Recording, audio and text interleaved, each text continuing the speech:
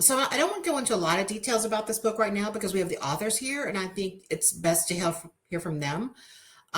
So Caitlyn Davis and Kristen Shaw have put together a fabulous book, Women Driven Mobility. It's absolutely one of my favorites because it takes the time to go through case studies of what's going on in our country, and as well as hold on, my little click thing came up, threw me off. So it goes through all of the different case studies throughout the country and really talks about how when women come to the table, they bring a different perspective and how they change projects based on, everything that makes them who they are. And it's a different perspective than we have had in a very long time, or actually forever, in a male-driven automotive society. So let's just go on over if we can. So Caitlyn Davis is communication lead at, I'm going to say this wrong, Cavnew, and Kristen Shaw is a senior consultant at SWP. So can we bring them on stage? There we go. Hi, ladies. How are you? Hello. I haven't seen you and since you did. April. You got Cavnew Oh, correctly. yay. It was great seeing you at WCX, by the way. That was so much fun signing books for everybody. I know my daughters were absolutely thrilled to have an autographed signed book. So thank you for that. When I Our pleasure. started looking about, we started doing this leadership series on women, which, really took off, but I wanted to kind of go deeper. And I started researching and I found your website, Women Driven Mobility. So I thought it was amazing. So can you give me a little background on why you developed that site, what led you that path, and just a little bit about your careers that took you to that place? Yeah.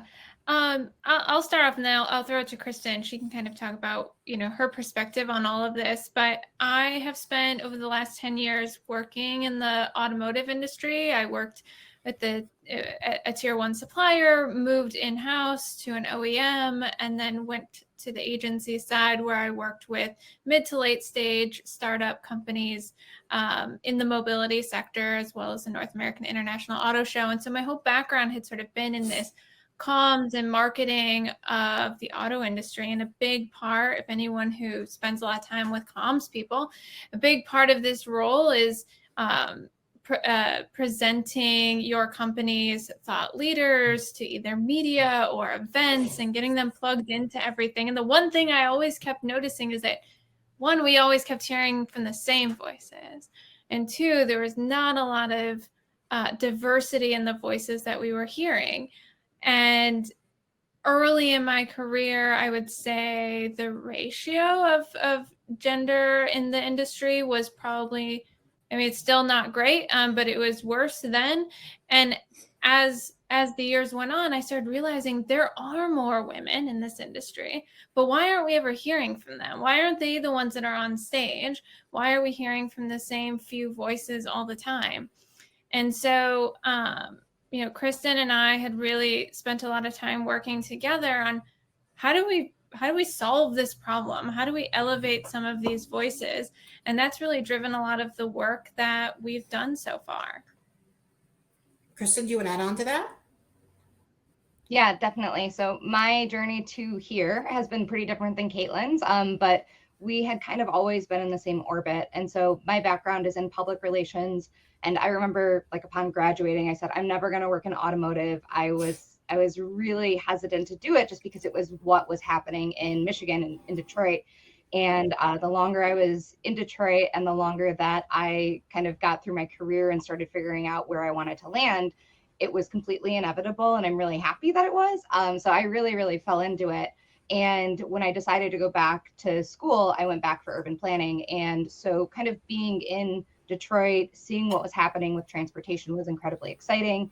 I worked at what is now Huntington Place, formerly Cobo Center. So I worked on the North American International Auto Show for, I think, 6 years. And it really opened my eyes to how incredible and dynamic this industry was. But exactly as Caitlyn said, you recognize when you're the only person in the room who maybe looks or sounds like you, and you kind of see that year after year. And so understanding where we could kind of fit into that, where our voices were welcome and where they weren't, and then, creating friendships and meaningful relationships with colleagues and coworkers and working on certain projects, started to feel much more like I wanted it to be intentional. And so how we kind of landed here was, through my love of cities and buildings and roads and infrastructure, and Caitlyn's love of the automotive industry.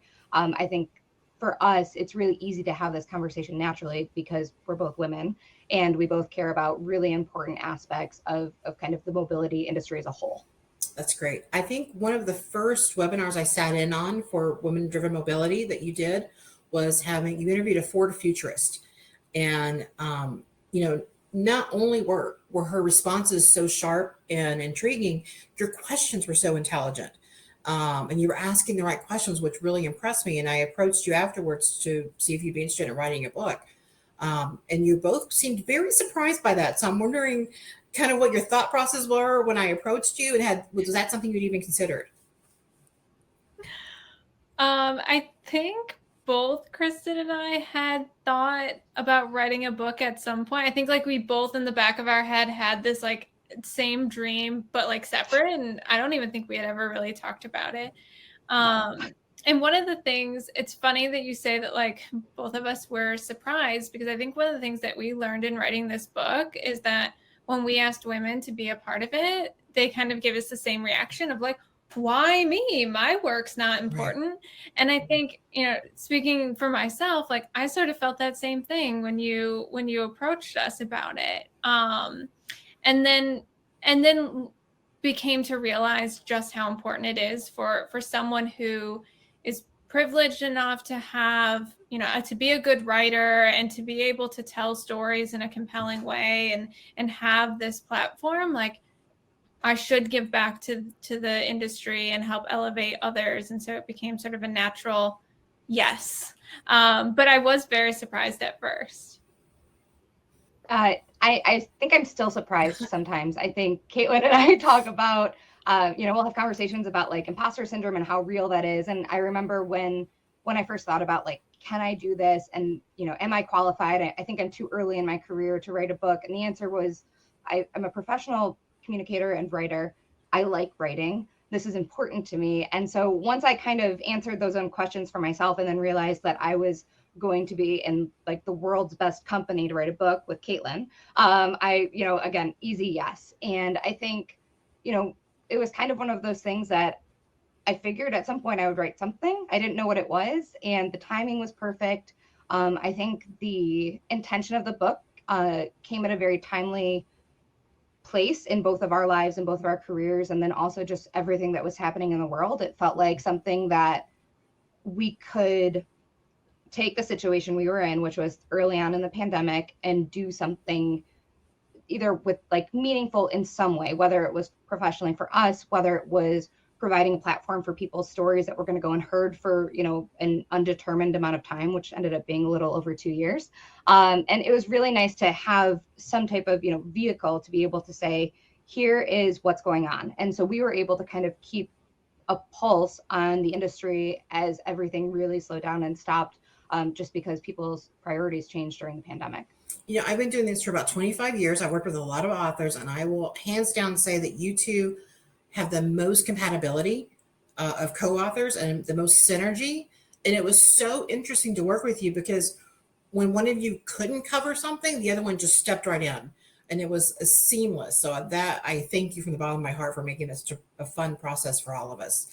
Yes, you are not the first person to sort of make that same comment. And I think it's great that like Chris and I almost function as one person, where she may answer one question in an email, then the other one steps in, and it's a seamless transition between the two. And,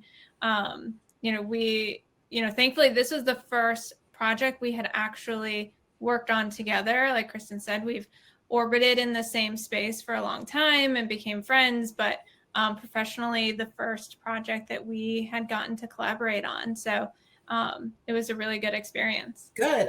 Yeah. And Sherry, you made it that way. So like, thank you for your help. And It is really important. Caitlyn and I, like, we were friends, I guess, but we were much, much closer now. And so we really were becoming friends throughout this entire process. So it's really nice to hear that it worked. It worked for us, but Caitlyn is like the yin to my yang, and it's exciting to hear that is visible to you as well. Absolutely, it wasn't. And not every partnership goes that well. I can tell you from experience, it can be painful.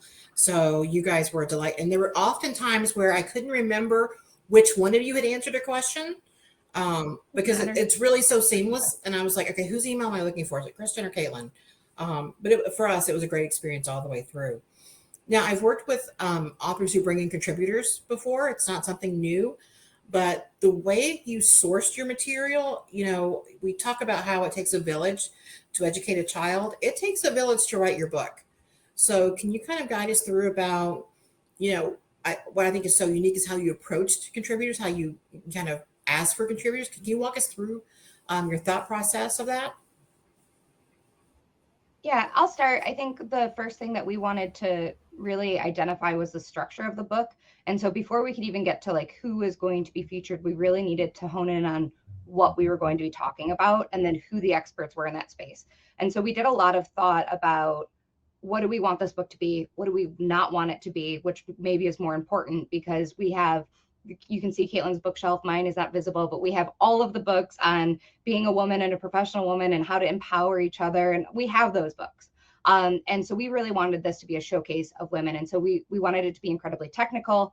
And we went through and kind of framed that out and then went through our personal networks and figured out how we would kind of fill that in while also kind of having this mindset of we need to make sure that this book doesn't have a bunch of women that look the same or at the same levels in their careers or working on the exact same things. We really wanted it to be the full spectrum. So I'll let Caitlyn go into detail about how we accomplished that. But I think starting with that as kind of our mission for what this book would become is kind of how we got into that village mindset.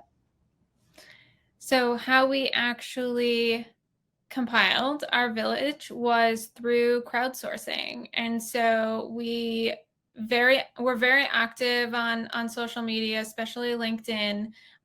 Kristen said that, we came up with the outline or like the chapter structure, the themes that we wanted to cover. And then we would focus, on these next 2 weeks, we're going to focus on policy and legislation. And so we did a lot of work on social media, LinkedIn specifically, on finding women who are doing work in policy and legislation and automotive. And sometimes this would be, putting out a post of, recommend someone at your company who's doing this work and let us know about what it is that they're doing, make an introduction with someone. And so the first time that we did this, we actually went too broad and we were like, who is a woman who's working in this industry that you've admired their work? And we got hundreds of comments and introductions, and it was actually very amazing to see it all come together. And then we had to sort through it. And then after that, we sort of started breaking it down into the smaller theme sections around policy and legislation or sustainability, engineering, design. And over time, we were able to get the introductions that we needed outside of our network because we didn't want to just capitalize on the people that we knew and our colleagues, but we wanted to truly use this book to elevate people and voices that we hadn't heard before, the industry hadn't heard before, work that wasn't getting recognized on a greater platform. So being able to crowdsource the people that were included in it was a big part of the book's success.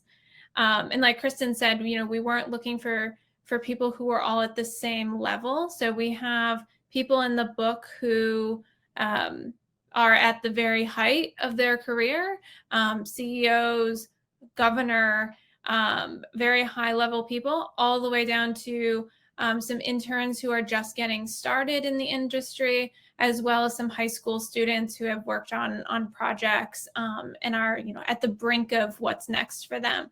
So it really wasn't so much about the notoriety of the person as it was about how either influential their project was or changing the dynamic around how we approach transportation more holistically. And one comment on that, Caitlyn, I think one piece of it that we also wanted it to be was like the entire fabric. So we wanted to understand the impact, but we also didn't want it to be a collection of wins, right? So we wanted to represent, this is what winning looks like, but understanding that that isn't reality. And so there are themes throughout the book where you see something where it's like, you know, we lost the RTA by 1%, or this ended up in there was a hurricane that came through and this went here, right? And so you see the reality of it, which was something that we were pretty intentional about. And it was kind of, here's from start to finish, all of the different pieces of the puzzle in the industry that you get to touch, feel, look. And so it's like, if you love and you want your career to look like one thing, there's probably something in this book that you can point to and say, this resonates with me. And that was what we really wanted to do. We wanted it to be able to be picked up by anybody and say, there's at least one page on this book that I really like. And can you run down the topics that you've covered? You started that, but can you run down all of them? Just yeah. grab a book. There you go. Yeah. Look at us go, Caitlyn. So awareness, community advocacy, design, engineering, funding, infrastructure, marketing, communications, mobility on demand, placemaking, policy, legislation, sustainability and climate, talent and education, technology innovation, and pivoting for the pandemic. So we got like a bonus. Yes, you did. Because a lot of the projects were halted, changed, modified, or completely started in response to the pandemic. Right. And I think that helps by reading that list out, letting people know there truly is something for everybody here. And when you read the stories, I mean, I read the book cover to cover, and honestly, I don't always do that because I have a development editor and there's just so much going on. But I just got sucked down. I love the case studies. I love the women that you interviewed. For me, I held this book up as an example of mobility that we don't even think about. One of my favorite ones is the one about doing the bike paths, the tribal lands. I love that one. I love the one about thinking about the interior of a car using sustainable material. I mean, you touched on things that never crossed my mind. So for you, what stories stand out, which are most surprising, or that you love the most, or you were like, this must go in the book? Caitlyn, do you want to start? Oh, you're on mute. Oh, you're on mute. Of course, that was bound to happen.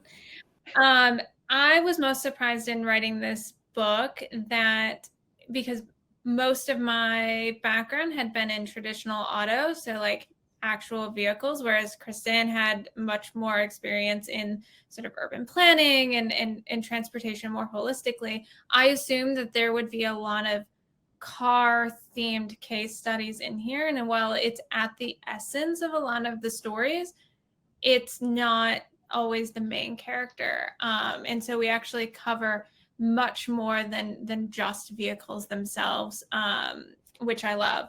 My favorite case study was one, Sherry, that you mentioned briefly, which was a project that was done with the Carrick tribe, I believe that's how you pronounce it, where they were doing sort of a complete streets project. So looking for ways to increase accessibility and access with sidewalks, bike paths, helping the community move around. And it was one that when I was working on it, really opened my eyes to a different population of that we don't really hear much about or talk much about, and what their unique issues were around transportation. So on tribal land, there's not a lot of, regional transit. Like how do kids get to school or get to their appointments or whatever. And so this Complete Streets project was a great showcase for how specific populations and specific communities are taking it upon themselves to really reinvent the way their community members are moving around within their space.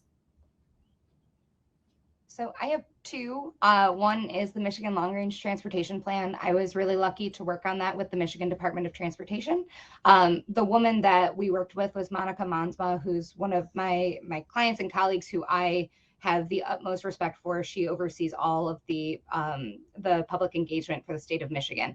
And she started working on that during the pandemic when everything was changing, everything was moving online, and we really had to figure out, how do we talk to everybody in Michigan about what the future of transportation looks like while they are doing anything but that? And we can't do it in person, and we're figuring out broadband, and we're figuring out homeschooling, and she handled it with such like grace and excellence. And it was just so rewarding to watch the Michigan Department of Transportation succeed in that and to completely pivot such a large and important project. So that was really rewarding because I was able to, see it, for my day-to-day, and then also able to highlight her work.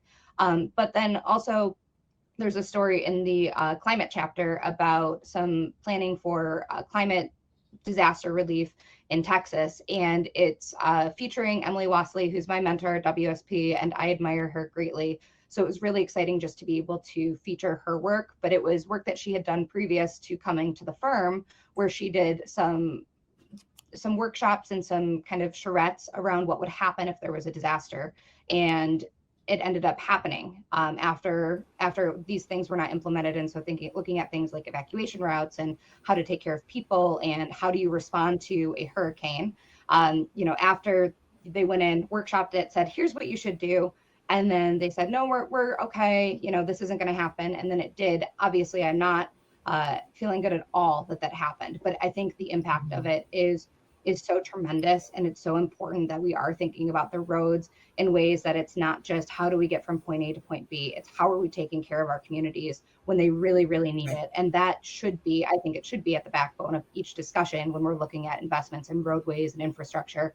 And it was a really perfect story in painting a picture of how do you plan for it, and then what happens when you don't respond or plan for those things kind of at day one. And so when you think about your most vulnerable communities, at the very beginning of a design process, the idea, I hope, is that at the end of it, they're the ones who are taken care of. And then you can kind of avoid the hurt and the grief that happens when things like that inevitably happen. So it was exciting to get to know her, to hear about her experience, and then to understand how we can avoid those types of situations in the future and protect more of the communities that are affected by those types of issues, which seems to continue to grow.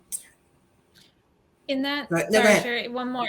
In that same vein too, we talked briefly about this bonus chapter that we added, which was, response to the pandemic. And we were very early in the pandemic when we were writing this book. And so that chapter was really born out of seeing the amazing response to getting supplies to where they needed to go, getting vaccines to where they needed to go, getting testing. And there's a couple case studies in there, both one from Detroit, one more of a national story, and then another one that was in a tribal community. But how do you take a community who is kind of cut off from a lot of mainstream resources and add the complexity of a pandemic, or what Kristen was just talking about with natural disasters? Like, how do you pivot quickly and make sure that you're covering your most vulnerable community members and that you're providing the resources that they need? And these stories that we put in that bonus chapter were an amazing example of what could be done in a very short period of time for something that no one really ever prepared for. I don't think anyone had a contingency or a preparedness plan around getting masks or hand sanitizer during a pandemic to people. Now I'm sure we do.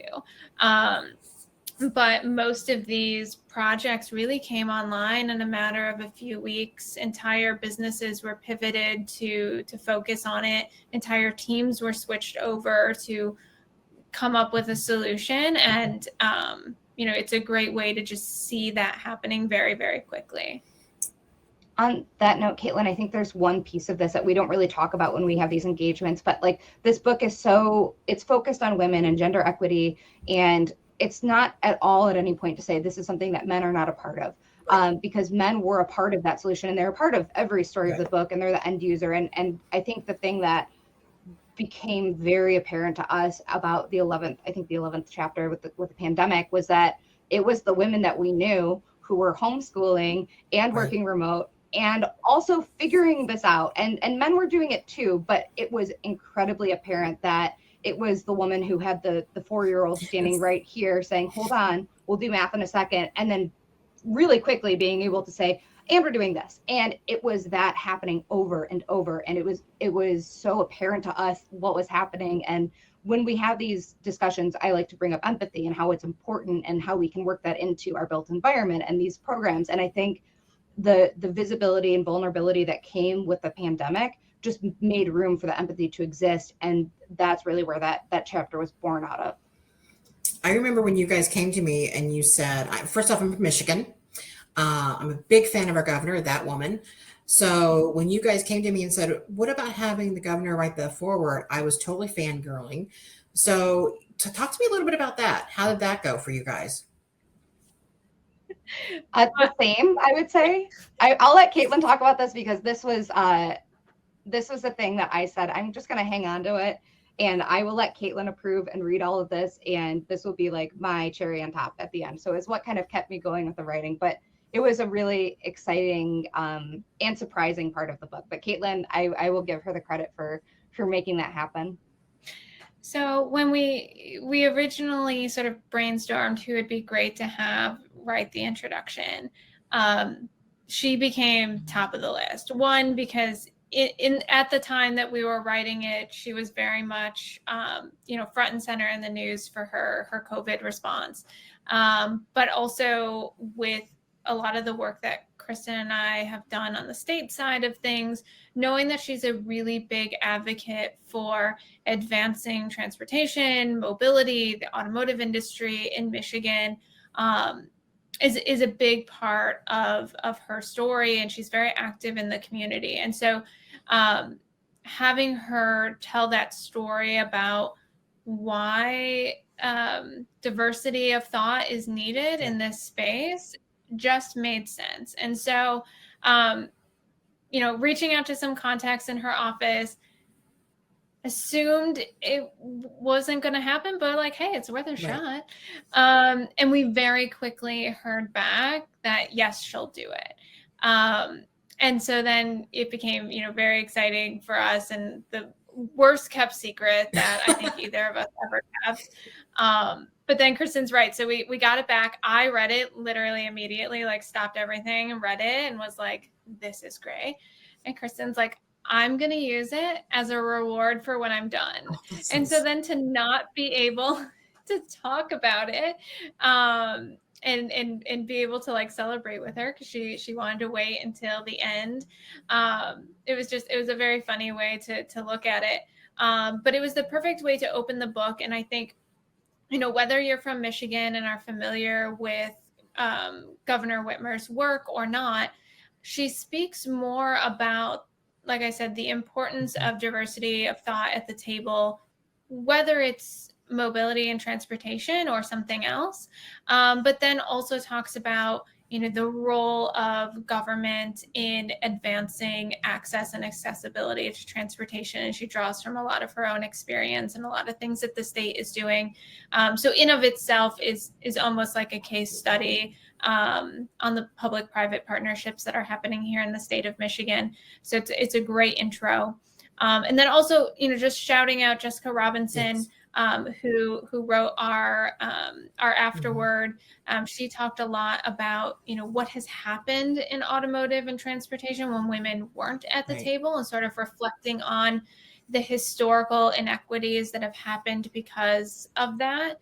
And, not wanting to lead with that, but it's a great way to sort of sum up the book and why this work is important. Yeah, I totally agree. I think on the diversity. No, go ahead. Sorry, Sherry. I was going to say on the diversity of thought, I think Caitlyn and I agree about a lot of things, but it's also about the disagreements, and that's where creativity is really born. And so when we're thinking about diversity of thought, we're not just talking about different sectors. We're talking about people with completely polarized views. This is right, this is wrong, I like this, I don't like this, and then finding the middle and understanding why, if it's not the middle, why you're leaning one way and who is it helping and who is it hurting. And I don't know that is specifically the point that's in the foreword by the governor, but it's something that I think we were very mindful of in writing the book, that we knew that we hoped that people we disagreed with on anything would pick it up and be able to read it. And so I think even just recognizing that like listening is such a big part of this whole process is so important. And then also having, you know, diversity of thought from different levels of professional experience from different industries, different sectors. Like you said, we were talking about interiors and we were talking about, you know, paving materials. They're completely different. But what happens if those two people talk, right? And so that was kind of the ethos of the book, is kind of how do we weave this all together? And then the forward really, I think it really kind of was a really beautiful umbrella for all of those different ideas to sit under. Absolutely, I agree. I know we're running out of time, but I have to ask one question. Okay, first off, I'm so surprised to see you both at home, because I feel like every time I go on LinkedIn, you know, like you guys are traveling, you're on the road more than anybody else I know. I remember I was like a really big nerd when I saw Caitlyn was at South by Southwest. Like, that's my author. It was so exciting. So tell me, what's been the most exciting thing you guys have done in the past 6 months as far as speaking? You've been everywhere, it feels like. Yeah, so we were both at South by Southwest, which was an amazing experience for both of us. I had been in the past, but had not actually spoken. But Kristen and I had an opportunity to work on some official South by Southwest programming that was inspired by our work, but wasn't specifically about women in mobility. But it was, you know, how can we talk about equity and accessibility more generally in transportation systems? And so we stacked the panel with a lot of the women that we had been working with on this book, and that we had spent time with over the last 2 years, so that they could talk about their work, what they're doing to increase accessibility and equity in transportation systems. And ultimately, it was fun and exciting to get to talk about gender equity in Texas. And, you know, we had a really great time. It was a good audience to be a part of. You know, if you've been to South by Southwest, it's a very creative atmosphere. There's a lot of big ideas that are happening. And so, you know, being able to showcase not only big ideas, but actual real big projects that are happening, that are a reality. It was great to be a part of.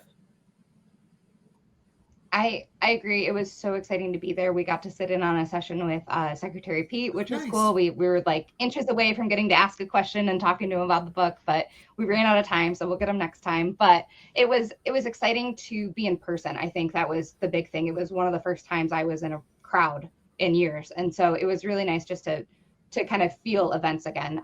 But on that same note, I come from the tourism and events industry, and I worked at formerly Cobo Center, now Huntington Place, for 5 years prior to starting here. And my work there and the team that I got to work with was a huge part of forming my career and what was important to me. It's also how I met Caitlyn. I got to invite her to do a Instagram takeover, I think, for the auto show, because she was the person to talk to if I wanted to talk to somebody about mobility. And so that was actually how we met. I kind of DM'd her and said, hey, can you come here and do a takeover? And so we were able to do that, and that was how I met her. And then when we were at WCX, we got to meet you. So I would say that is probably the most meaningful event that I've been able to attend, to get to meet some of the people in person who helped us make this book possible, you included, to get to talk to some of the men who have been in the industry and have always attended this event, and for them to walk up to us. One gentleman told us about his mom and how she won the Man of the Year award, you know, back in the 70s. And it was really nice to see people want to walk up and say, this is why this is important to me. And that was something that during the pandemic, Caitlyn and I hoped would eventually happen, but we knew being remote that you can't, you know, we're not going to shake a hand like this. And so it was really nice just to have those experiences and to do it in the building that I met Caitlyn in, and then to do it in the building that I worked in for 5 years. It felt very like coming home to the book. So it was very special and meaningful for me. Well, you just gave me chills. So I think we'll end on that note. Thank you so much for being here. Also, thank to the little third author in the background. He's been sleeping the whole time. I see that. Yeah, Margaret's yeah. sleeping. So yep. Thank you very much. I appreciate it. It's been a great interview. Thank you.